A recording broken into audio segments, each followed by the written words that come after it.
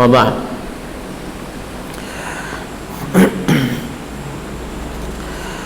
Ya, segala puji bagi Allah Subhanahu wa taala atas segala limpahan kasih sayangnya kepada kita semua, rahmat dan kenikmatan yang Allah limpahkan kepada kita, yang dengannya kita wajib untuk mensyukurinya, wajib untuk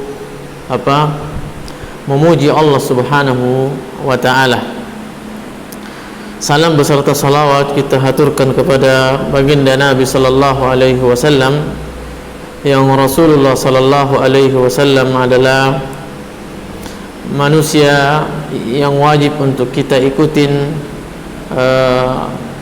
tutur katanya, perintah dan larangannya, keyakinan dan akhlaknya serta muamalahnya, yang kemudian Rasulullah sallallahu alaihi wasallam adalah manusia yang paling kita harapkan syafaatnya di kemudian hari, dan tidak mungkin seseorang bisa memperoleh syafaat beliau sallallahu alaihi wasallam kecuali dengan mencari keridhaan Allah Subhanahu wa taala dengan mengamalkan dan mempraktikkan sunnah beliau. Alhamdulillah, kita masuk pada surat Al-Masad atau surat Tabbat. Al-Masad atau Tabbat. Mana yakra? Min al-ahsan. Nah. Bismillahirrahmanirrahim.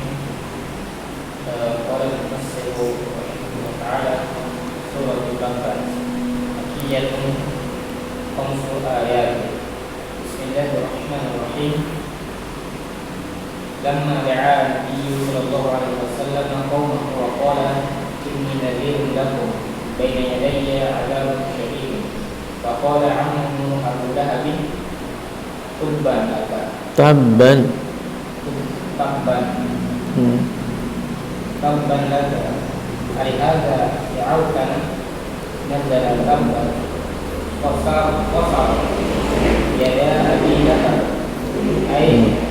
Innahu wa'ubbiru anha biyadaihi majazan bianna aktsara af'ali bizawalu bihim, wa hadhihi jumlatu du'a'un fatabda khasara wa hadhihi khabar khasira huwa wa tabba, yani khasira huwa wa hadhihi khabar fa qawlihim ahlakahu Allahu faqad halaka. Walamma wafaqahu an-nabiy sallallahu alaihi wasallam bil adabi faqala in kana ma yaqulu ibnu akhi haqqan fa inni aftani minhu bi mali wa waladi nazala ma aqna anhu maluhu wa ma kasaba ay wa kasaba ay waladan wa aghna bi ma'na yughni sayasla naran dzata lahab ay talahubin wa tawakkul wa hiya ma'alu takniyatihi. Naam. Litalahubi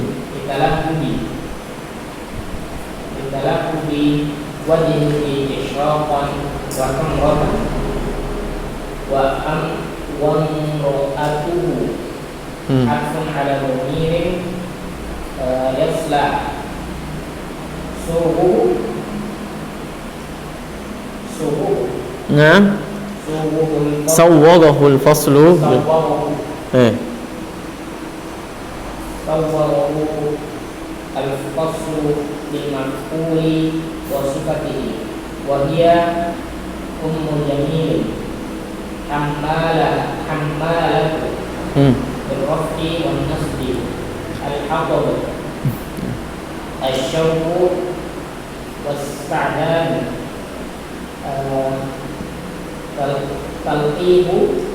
tulkihi fi tariqin Nabi sallallahu alaihi في جيبها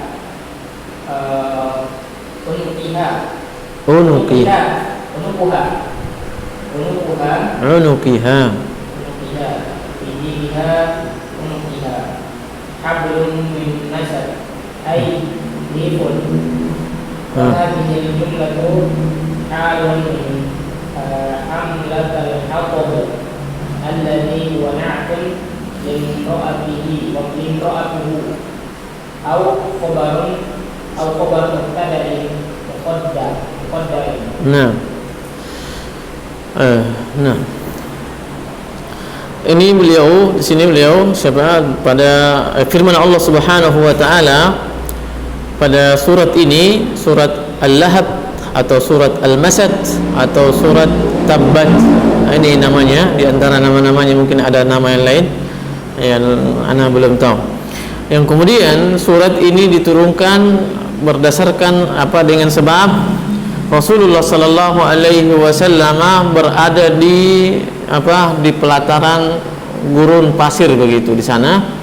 Yang kemudian pada saat itu Rasulullah SAW mengatakan dan berteriak kepada orang-orang Quraisy, wa sabahah, atau ya sabahah, dia berteriak demikian Rasulullah SAW, ya sabahah, maksudnya wahai orang-orang yang ada di pagi hari, dipanggil orang-orang Quraisy. Kemudian Rasulullah SAW, maka orang-orang Quraisy ini pun berkumpul di hadapan Rasulullah Sallallahu Alaihi Wasallam. Yang pada saat itu Rasulullah SAW mengatakan kepada mereka orang-orang Quraisy bahwa apakah ketika saya atau kalau saya mengatakan bahwa di balik gunung ini ada musuh yang akan menyerang kita di pagi hari ini atau di sore hari nanti, apakah kalian mempercayaiku? Maka para orang-orang Quraisy pun mengatakan, iya, kami mempercayai kalian. Yang pada saat itu hadir siapa ini? Paman beliau. Paman beliau itu Abu Lahab. Ya, paman beliau. Maka seluruh orang-orang Quraisy pun mengatakan, iya, kami mempercayaimu, karena kita tahu bahwa Nabi SAW adalah dijulukin sebagai Al-Amin, orang yang terpercaya. Maka Rasulullah SAW pun mengatakan, kalau begitu sesungguhnya saya inni nazirun lakum baina yadayya adzabun syadid.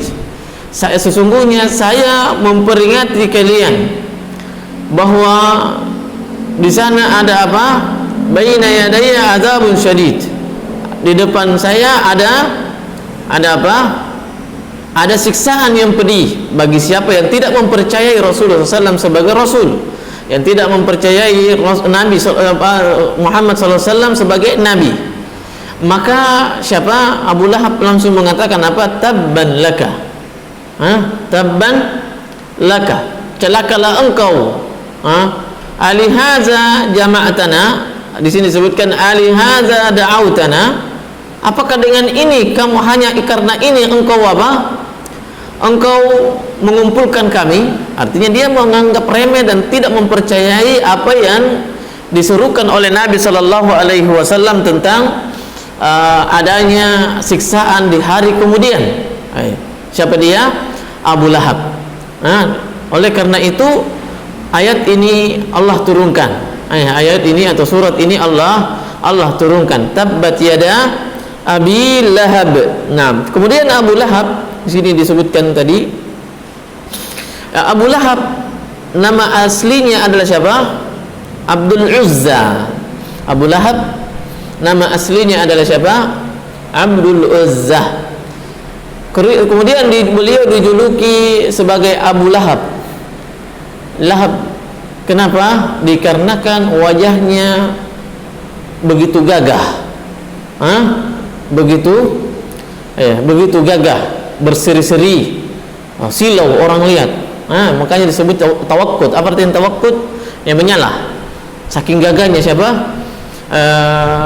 Abu Lahab ini, Abdul Uzza, gagah, yang mengarah ke merah-merahan, yang mengarah kepada warna kemerah-merahan wajahnya beliau, saking gagahnya.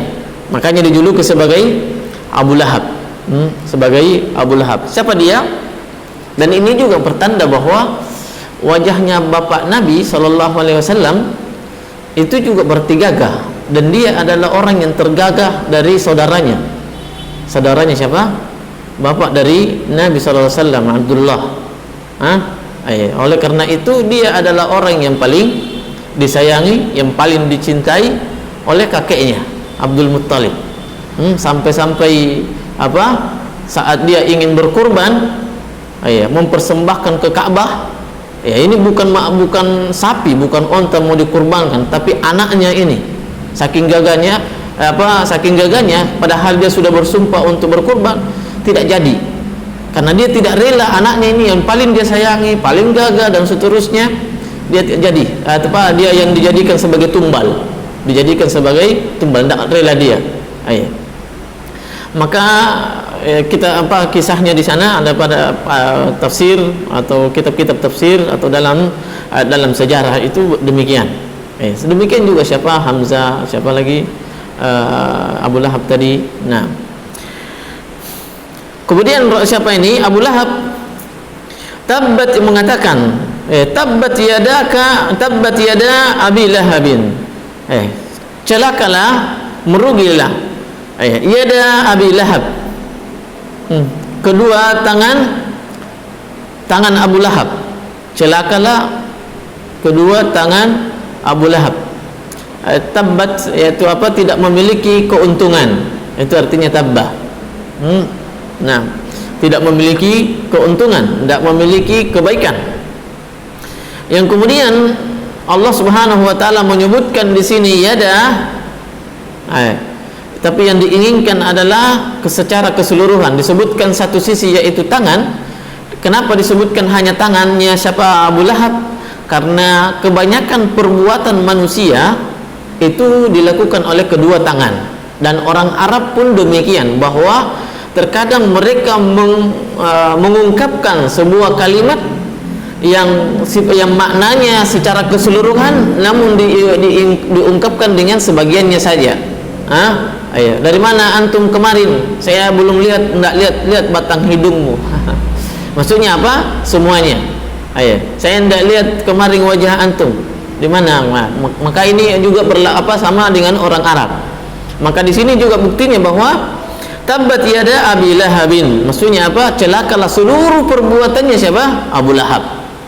Celakalah seluruh perbuatan Abu Lahab. Nah, makanya di sini disebutkan wa ubbiru anha bil yadaini majazan, sebagai bentuk majaz, sehingga diungkapkan dua tangan saja.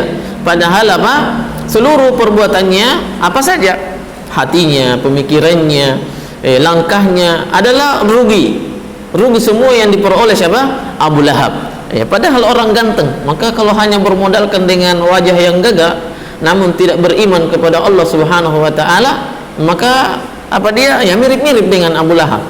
Mirip-mirip dengan Abu Lahab ini. Nah, kemudian wahadi jumlah kalimatnya watab adalah khasira huwa, maksudnya tabbat yada Abi Lahab wa tab, maksudnya pasti merugi. Pasti merugi siapa? Abu Lahab ini. Bagaimana dia? Kenapa dia merugi? Dikarenakan siapa? Walamma khawafahu Nabi SAW bil azabi, tatkala Nabi SAW memberikan peringatan, menakuti mereka supaya berhenti dari kemaksiatan dan beriman kepada Allah Subhanahu wa taala dengan azab dan siksaan hari kemudian. Maka siapa? Abu Lahab ini mengatakan, in kana ma yaqulu ibnu akhi, in kana ma yaqulu ibnu akhi, apabila apa yang dikatakan oleh kemenakanku ini, anak saudaraku ini, siapa? Abu Lahab ini, hakkan, benar, fa inni aftadi bihi minhu bimali wa waladi, maka saya akan berkorban Apa nih berkorban bahasanya? Untuk apa? Aftadihi, menggantikannya dengan harta, bisa maksudnya beli. Mengorbankan apa? Hartaku dan anakku. Maka turunlah firman Allah Subhanahu wa taala berikutnya, ma aghna anhu maluhu wa ma kasab. Ma aghna anhu maluhu wa ma kasab. Nah, ma aghna anhu maluhu wa ma kasab, artinya adalah apa? Tidak mungkin bisa jadi istifham, kata Syekh Abdul Razik dalam tafsirnya apa itu? Rumuzul Kunuz. Rumuz al-Kunuz. Bisa jadi istifham dan bisa jadi mausul. Bisa ada ma aghna anhu maluhu, apa yang membuat apa? Aghna maluhu, cukup dari hartanya. Maksudnya tidak mungkin hartanya itu bisa mencukupi kebutuhan. Tidak mungkin bisa hartanya menghalanginya dari apa? Siksaan, dari kerugian. Itu maknanya. Nah, atau dia sebagai mausul bahwasanya apa? Harta dan apa yang dia usahakan tidak mungkin bisa menghalangi dirinya dari siksaan Allah Subhanahu wa taala. Kemudian aghna maluhu, di sini disebutkan kalimat mal adalah hartanya. Aghna maluhu, mal adalah siapa? Sebagaimana sebelumnya, sebab turunnya ayat apa dia? Saya akan menggantikan, mengorbankan hartaku. Kemudian walad berarti itu makna kasab. Itu makna kasabah. Apa yang diusahakan adalah anaknya. Karena seorang anak itu hasil dari usaha seorang manusia, seorang bapak.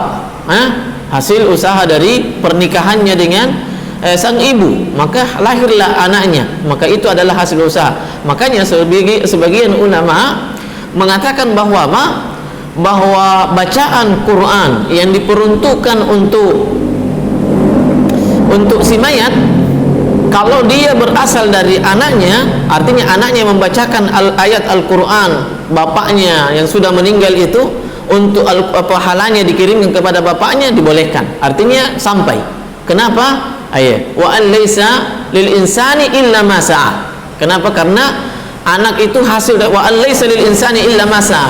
Apa saja yang manusia tidak memiliki lagi pahala yang bisa bersambung walaupun dia sudah meninggal, kecuali illa ma sa'a, apa yang dia usahakan. Maka anak adalah hasil daripada usaha seseorang.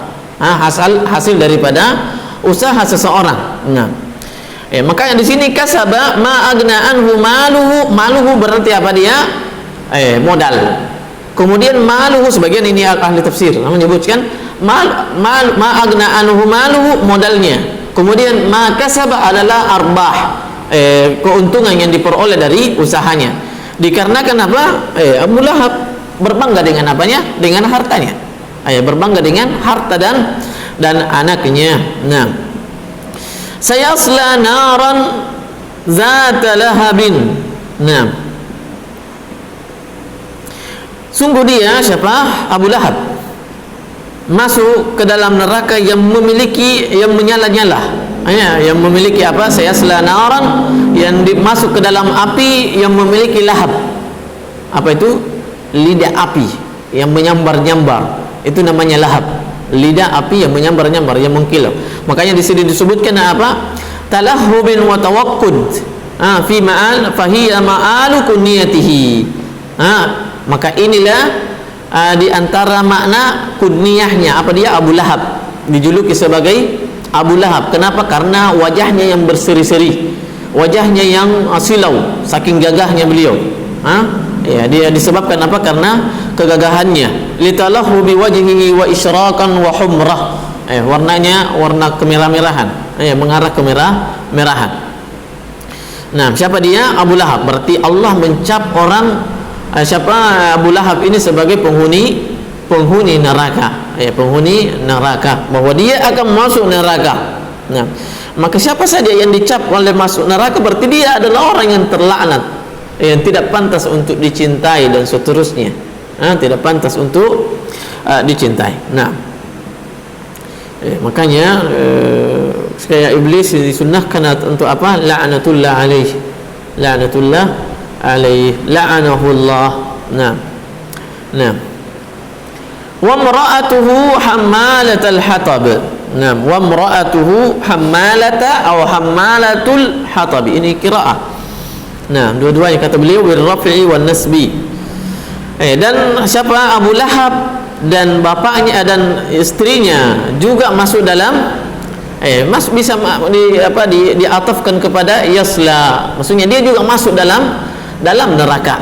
Nah, hammalatul hatab, yang membawa kayu bakar. Yang membawa kayu bakar.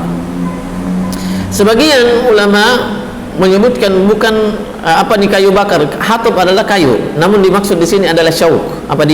Duri. Nah, kenapa? Karena dialah yang memberikan makar kepada Nabi SAW, mencari duri dan meletakkan di jalan Nabi SAW. Kapan itu? Di malam hari. Disimpan duri di jalan Nabi, supaya diinjak, tapi semuanya Allah Subhanahu wa taala memberi kabar, tentunya menyelamatkan Rasulullah SAW. Dia menyebut siapa ini?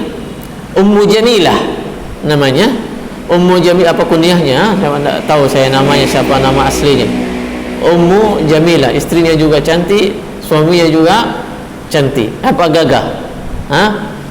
Dua-duanya gagah dan cantik berkumpul, tapi tidak beriman, tidak ada harganya.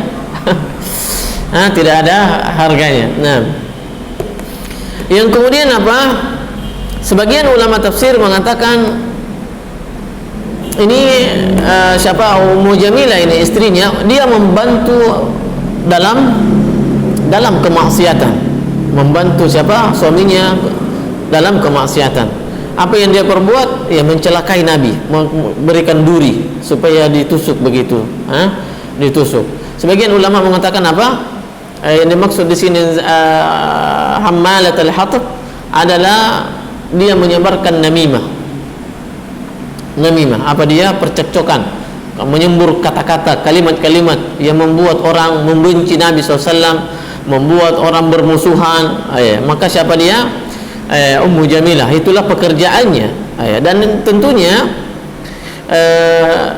namimah, dan ini di antara pekerjaan yang bisa memasukkan seseorang dalam neraka kalau tidak bertaubat.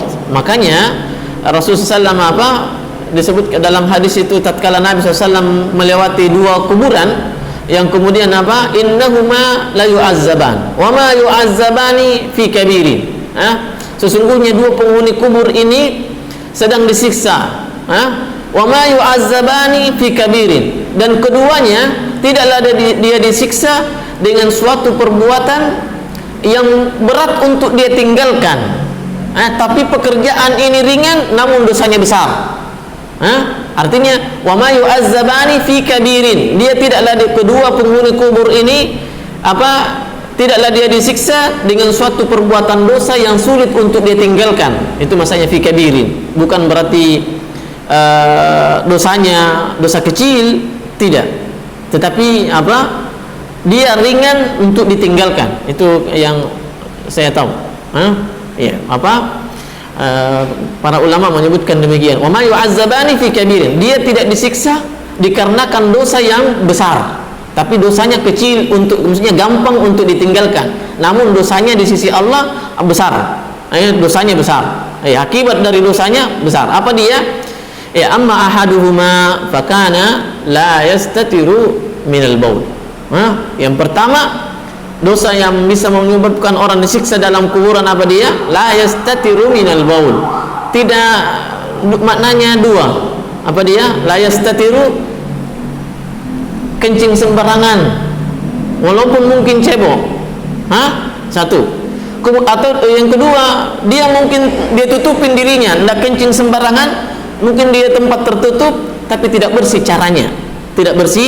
caranya. Maka dua-duanya bisa menyebabkan seseorang fakana la yastatiru minal baul, masuk di dalam kalimat tersebut. Wa ammal akharu fakana yamshi bin namimah. Adapun yang satu yang disiksa dalam kuburan itu hidupnya dipenuhi dengan memanas-manasin orang supaya cekcok, supaya propaganda orang lain.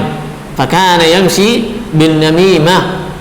Ada orang kayaknya bermusuhan ini. Dia kata pergi lagi ke sana, kamu dicerita di sana cerita buruk begini. Maka itu penyebab orang disiksa di dalam kuburan. Maka ini juga penyebab di antara salah satu penafsiran tadi, penyebab dari Ummu Jamil, istri daripada Abu Lahab ini masuk neraka adalah hammalatul hatab. Dia adalah pekerjaannya namimah. Pergi ke orang untuk suka menyampaikan pembicaraan orang yang buruk. Supaya terjadi permusuhan. Maka di sini beliau menyebutkan hammalatul hatabi atau hammalatul hatabi, dia mencari kayu. Kayu untuk diletakkan di mana? Atau duri diletakkan di jalan Nabi SAW di malam hari. Fi jidiha hablum mim masad. Fi jidiha, yang keduanya ini atau Ummu Jamilah, fi jidiha habl, di lehernya ada tali kayu itu untuk mengikat. Tali kayu untuk mengikat. Hablun mim masad, dari tali mim masad. Apa ini al-masad? Saya tahu cari. Saya lupa al-masad. Ada al-masad, saya lupa. Fi jidiha hablun mim masad. Dia membawa tali begitu. Yang kemudian siapa?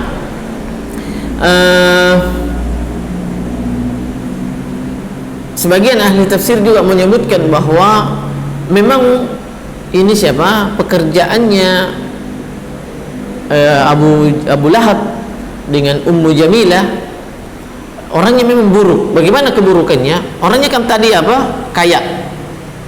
Orangnya tadi kaya, tapi bersamaan dengan itu senantiasa hirs, bersemangat dalam mencari kayu bakar. Apa jadinya kalau orang kaya pergi cari kayu bakar? Menunjukkan pelit. Biasanya orang pelit seimbang dengan pelitnya dengan pelit dengan kikir, dengan begitu penampilannya, kerja keras begitu. Semakin dia cari, karena dia tahu kalau dia betul-betul merasakan lelahnya, dia ingat kelelahannya, dia tidak ingat karunia Allah di dalam mencari nafkah. Apa jadinya? Maka dia pelit. Kemudian surat berikutnya, surat Al-Ikhlas. Bismillahirrahmanirrahim. Qul huwallahu ahad, Allahus samad, lam yalid wa lam yulad wa lam yakul lahu kufuwan ahad. Wa lam yakul lahu kufuwan ahad. Al-Ikhlas apa artinya? Pemurnian. Al-Ikhlas artinya pemurnian. Apa yang dimurnikan? Bahwasanya tidak ada Tuhan selain, tidak ada sesembahan yang berhak disembah kecuali Allah Subhanahu wa taala. Makanya di sini pertama, qul, katakanlah wahai Muhammad, huwallah, dialah Allah, ahad, satu-satunya sesembahan, tidak ada duanya. Tidak ada duanya. Yang kemudian kalimat ahad menunjukkan bahwa tidak ada sama sekali yang membantu di dalam seluruh pekerjaan Allah Subhanahu wa taala, mencipta, memberi rezeki, memberi kesembuhan, memberi kekayaan. Tidak ada yang menemani Allah Subhanahu wa taala. Dia berkesendirian. Qul huwallahu ahad, Allahus samad. Dialah Allah yang seluruh harapan, as-samad, seluruh harapan mengarah kepada Allah Subhanahu wa taala. Oleh karena itu Ibnu Abbas radhiyallahu taala anhu menafsirkan bahwa as-samad adalah artinya secara bahasa, dia adalah sesuatu yang tidak memiliki ruang. Dia adalah sesuatu yang tidak memiliki ruang. Artinya kalau memiliki ruang, manusia memiliki ruang atau tidak? Ada perutnya, ada kepalanya yang butuh untuk ilmu, Hewan pun demikian, seluruh makhluk, bahkan batu pun memiliki celah. Bahkan batu pun memiliki celah. Bagaimanapun kerasnya batu, namun dia memiliki celah. Artinya apa? Seluruh makhluk itu adalah muftakirun ilallah. Semua makhluk itu adalah butuh kepada Allah Subhanahu wa ta'ala. Nah, seluruh kebutuhannya ini untuk dia penuhi, dia harus meminta dan memohon kepada Allah Subhanahu wa ta'ala. Apakah orang ketika tidak meminta kepada Allah berarti dia tidak butuh? Tidak. Allah memberi kepada siapa saja yang meminta ataupun tidak meminta kepada Allah Subhanahu wa ta'ala untuk dicukupin akan kebutuhannya. Para ulama mengatakan bahwa kalau Allah saja memberi kepada siapa saja yang meminta, yang tidak meminta, orang-orang kafir itu tidak mungkin meminta kepada Allah kesehatan, meminta hidayah, meminta petunjuk dari Allah, tidak mungkin meminta mereka. Namun kemudian Allah memberikan rezeki kepada mereka, memberi sebelum meminta. Bahkan kita pun kita rasakan itu. Semua manusia merasakan pemberian Allah sebelum meminta. Kita diberi sebelum meminta. Maka seorang mukmin tidak pantas baginya untuk ada keraguan dalam hatinya sedikit pun tatkala dia berdoa kepada Allah untuk diijabah doanya. Tidak boleh ada keraguan, ini doa saya diterima atau tidak ini. Tidak boleh. Kenapa? Karena Allah itu memberi sebelum kita meminta. Maka pantaskah seseorang meminta atau dia tidak meminta kemudian diberi, lalu kemudian saat dia meminta tidak diberi? Itu Allah Subhanahu wa ta'ala adalah Ar-Rahmanur Rahim, Maha Pengasih dan Maha Penyayang. Dia adalah Ar-Razzaq, dia Maha pemberi rezeki. Maka kata firman Allah Subhanahu wa ta'ala, "Qul," katakanlah wahai Muhammad, huwallahu ahad. Dialah Allah yang esa, yang satu-satunya, tidak ada duanya. Allahus samad, dialah Allah yang seluruh harapan, seluruh kebutuhan mengarah kepada Allah Subhanahu wa ta'ala. Mengarah dan memohon kepada Allah Subhanahu wa ta'ala. Maka bagaimana saking tidak butuhnya Allah dengan sesuatu dari makhluknya, lam yalid wa lam yulad, lam yalid wa lam yulad. Perhatikan baik-baik bahwa lam yalid, Allah tidak beranak. Allah tidak beranak. Bagaimanapun pelitnya seseorang untuk berbagi, harapan seseorang agar ada orang yang melanjutkan pekerjaannya, maka yaitu anak, itulah harapan satu-satunya yang paling besar, harapan seseorang memperbaiki keturunannya.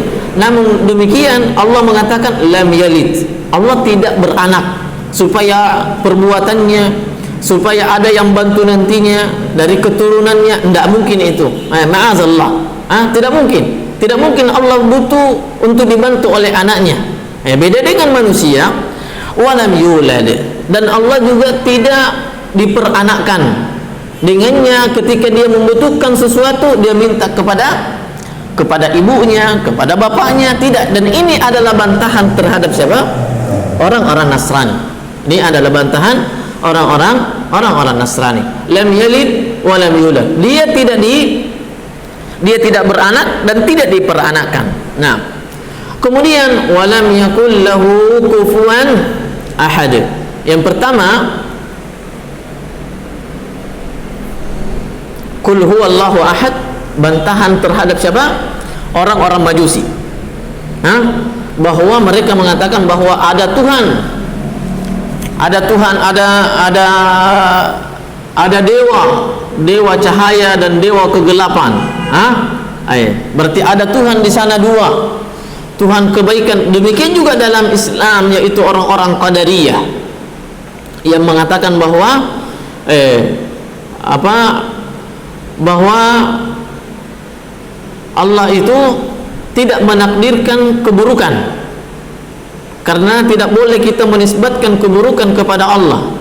Namun Ahlus Sunnah wal Jamaah berpandangan bahwa kalau memang keburukan itu tidak diciptakan oleh Allah, maka siapa yang menciptakannya? Pasti ada yang menciptakannya. Berarti ini menunjukkan ada pencipta, ada Tuhan selain daripada Allah Subhanahu wa taala. Ini bantahan siapa? Kepada orang-orang Majusi dan orang-orang Qadariyah, yang dalam Islam. Allahus Samad. Allahus Samad adalah ini juga bantahan terhadap orang-orang yang beranggapan bahwa orang Nasrani tentunya butuh harapan, kita berharap kepada Allah, seluruh harapan kita hanya kepada Allah dalam hal rezeki dan dalam hal hidayah, dalam hal kesehatan dan dalam saat kita sakit kita berharap kepada Allah akan kesembuhan.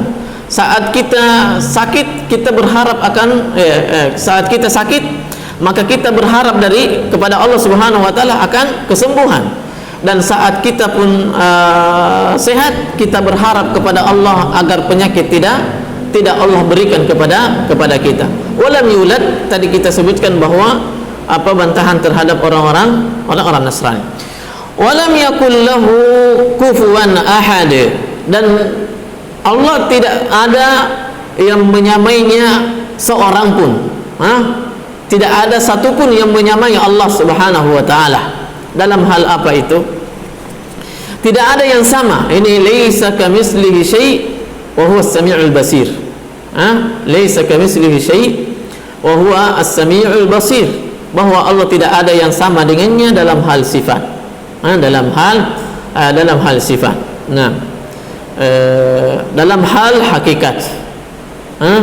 Mungkin ada orang namanya Rahman, tapi apakah sama? Tidak mungkin. Bahkan ada seorang mungkin namanya Rahman, tapi dia adalah pelit. Ada namanya Rahim, tapi dia tidak penyayang.